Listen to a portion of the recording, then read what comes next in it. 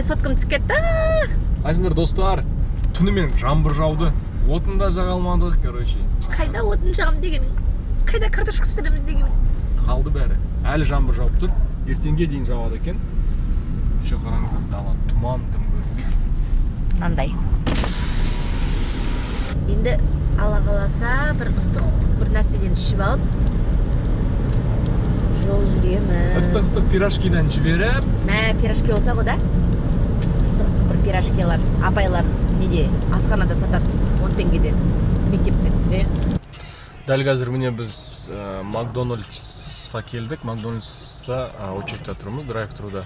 Негізі Қазақстанда Макдональдс жоқ, сол бұрыннан жеп көргім келген. Бүгін жеп көрейін деп жатырмын. Айдына бұрын 2017 жылы Америкаға келгенде жеп көрген Макдональдс. Қалай, негізі жақсы ма? Это провокация, да? Окей. Маған ұнайды, өйткені Қазақстанда Макдональдс жоқ, бірақ Америкада Макдональдс нелерге арналған тамақ екен, білесіз бе? Нелерге? Homeless people'дарға. Шынымен ба? Иә. Типа сөйтіп не ма? Стереотип Ну ба да, сондай? стереотип, что Америкада Макдональдс, иә. Байлар Макдональдста тамақ жемейді. Онда кеттік басқа жаққа. Қараңыз достар, қандай әдемі жермен кетіп барады. Орманның ортасымен екі жақта биік ағаштар. Сіз қараңдаршы, дала қалай жестко жаңбыр құйып жатыр. Көрініп тұр ма, көрініп тұрған жоқ па? Тақпағанша. Біз, короче, тұрмыз мына жақта ремонт дороги болып жатыр. Достар, мен байқаған шығарсыздар, менің шашым негізінде Аллаға шүкір өте әдемі, жусам осындай өз теп-тегіс болып қалады. Оның үстіне өткенде ана отельде тоқтадық қой. Clean, Quiet, Comfortable деген отель. Енді менің шампуньның аты Clean, Quiet, Comfortable. Өткені отельден шампунь құйып алдым. Шампунь дегенім ше. И ол мощный жұмыс істеп тұр. Вообще шашым жылтыратып жіберді. Жол жөндеу операциясы болып жатыр. Кезек өткізіп жатыр, бірінші бүйтіп өткізеді машиналарды. Ұзақ уақыт бойы. Ар жақта жиналғаннан кейін ар жақтан былай өткізеді. Жайымды айтсам жасырмай деп өлең айтып жатыр ғой.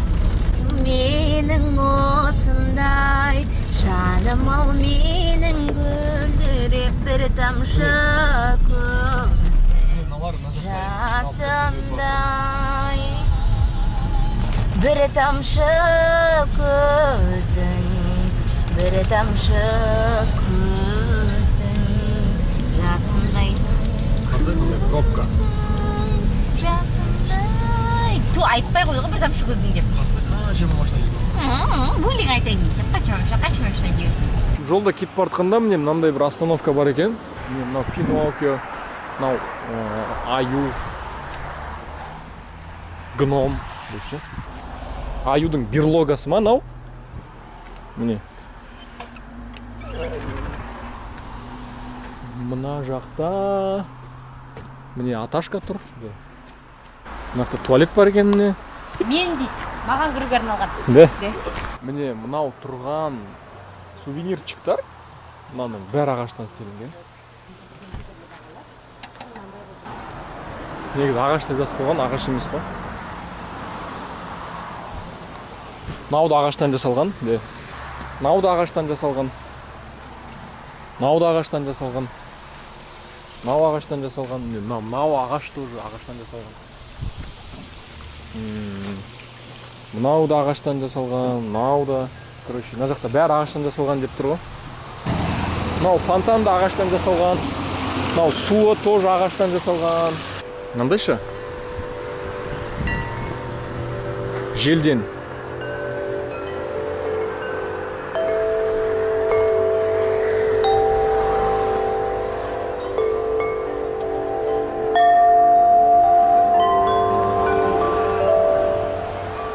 Мен кәдімгі музыкант екен бұл.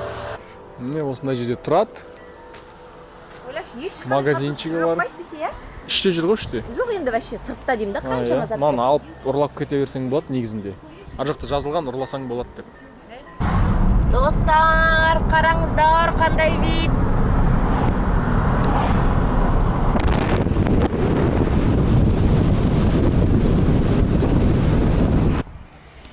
Достар, біз кемпграундинге жатып алдық.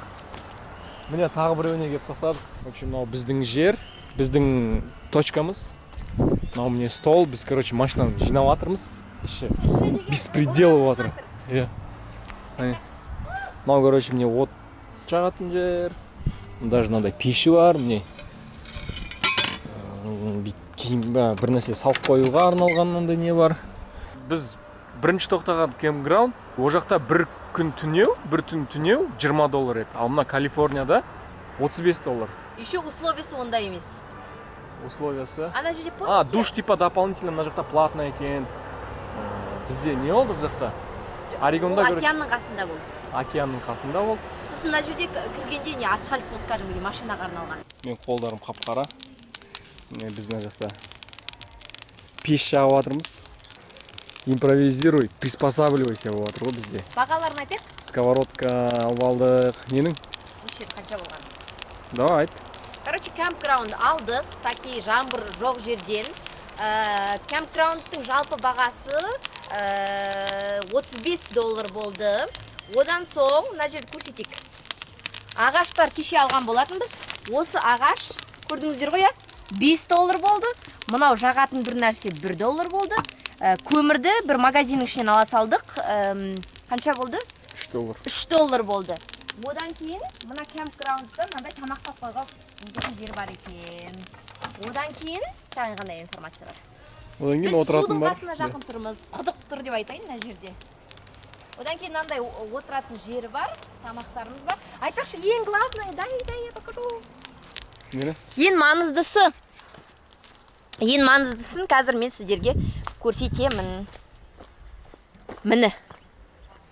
Наконец-то адам құсап төсекке жататын болдық. Төсек салып қойдым. Абыл, сіз көрдіңіз ба төсек салып қойғанымды? Келсеңізші. Міне. Бол, Абыл. Давай. Кез, жұқыр. Та-дам! Адам сияқты ұйықтаймыз ба? А то бұрында просто біз алдағы неге сиденьеға ұйықтап жүрген болатын біз 2 күн бойы. Енді адам сияқты созылып жатамыз. Сол? Басқа не айтасыз? Қандай информация бар? Сол YouTube каналға жазылыңыздар. Де? Как выживать в Америке деген влог бұл. Де? Короче, үйіңіз болмаса, қайда тұруға болады деген. Негізінде, мысалы, бұған дейін біз енді басқа жерлермен жүрдік қой, сол кезде бұндай жерді дұрыс білмедік. Сол кезде біздер әрбір түнге кем дегенде $100. Например, сонда 3 түнге $300 төлеп кететін едік. А қазір 3 түнге біздер $55 ғана төлеп жатырмыз, е? Еще мынаның өзіндік жеке кайфы бар мынандай жердің. Менің майым қызып атқан жоқ, білмеймін, Абыл қандай от жағып атқанын.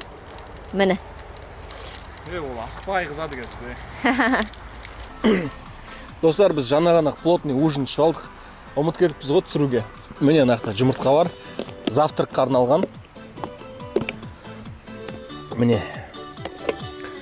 Мына дәл мына сковородкаға істедік. Қапты ғой ма? После несіден кейін еді? Нести деген. Да. Міне мына жаққа. Қазір, короче, мына угольға біз картошка салып қойдық. В общем, қазір біраздан кейін мына отынды жағамыз. Ал қазір бізде дискотека. Мен жаңа Абыл спокойно жүрчүтте билеп жатыр да.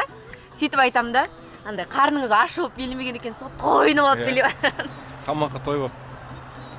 Не тағы нақта. Қазір, короче, кофе ішеміз. Міне халқын қалып тұр. Абыл сустып алып келді. Иә, міне. Түсіріп жатыр ма? Иә. Короче, костер жағайын деп жатырмыз біз. Мұндайдың ішіне. Ей, құлыным сал. Мұндай зат бар екен. Костер жағуға арналған специальный. Бұл қалай жанады сонда? Если жанбаса, Абыл кінәлі болады. Жанған жоқ, Абыл кінәлі. Бүйтіп көру керек жалко просто. Жанған сияқты ғой.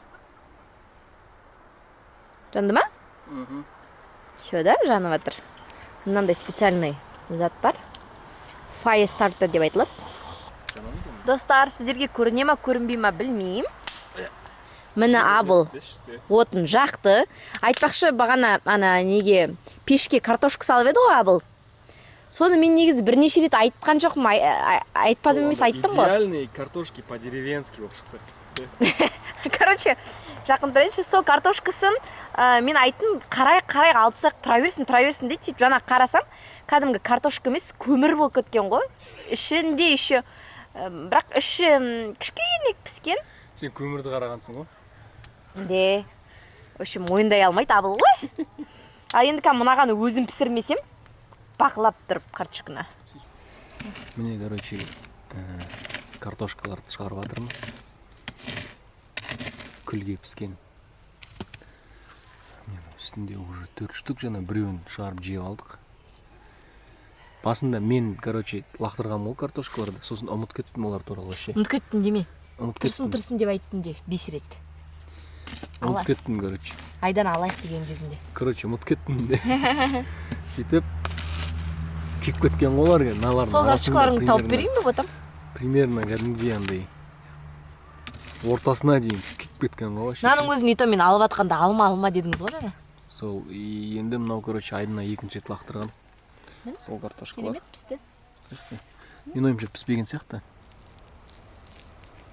Пісті, болды. Мынау біздің бағанағы отын уже өшіп жатыр. Болды, басқа жақпаймыз, скоро уже ұйықтаймыз. Дала қап-қараңғы, дым көрінбейді. Қайылтан. Бізде таңғы ас. Ұйқыдан тұрдық, жуынып шайынып алдық. Ана жақта міне жақын бізге туалет бар, душ бар. Қазір шығамыз. Шай ішіп аламыз да. Жолдан тамақ ішіп аламыз, сосын Давайте. Плотно. С вами было весело. Достар, короче, жолда келе жатқанбыз ғой, сөйтіп айдына айғайлады. Не болды десем, тюлендер төбелесіп жатыр дейді. Йо, нан қарасаңдаршы. Тюлен ба? Я? Прикольно ғой, нан қара. Тюлен көрмеген деп айтпаңыздар, өткенмен жақыннан көрмеген. Мен де көрмеппін жақыннан. Тас бар ма? Тас. Кайфовать етіп, океанның жағасында тюлендерге қарап, бір картина есіме түсіп кетті. Мындай үлкен қалаға студенттер оқуға барады ғой, сол кезде квартира снимать етеді ғой, мысалы. Апай, 2 адам болып тұрамыз деп, однокомнатный снимать етеді да, сосын 10 бала келіп алады ғой. Ұйықтаған кезде. Осылай ұйықтайды. Солай квартирадан тұрған достар белгіле.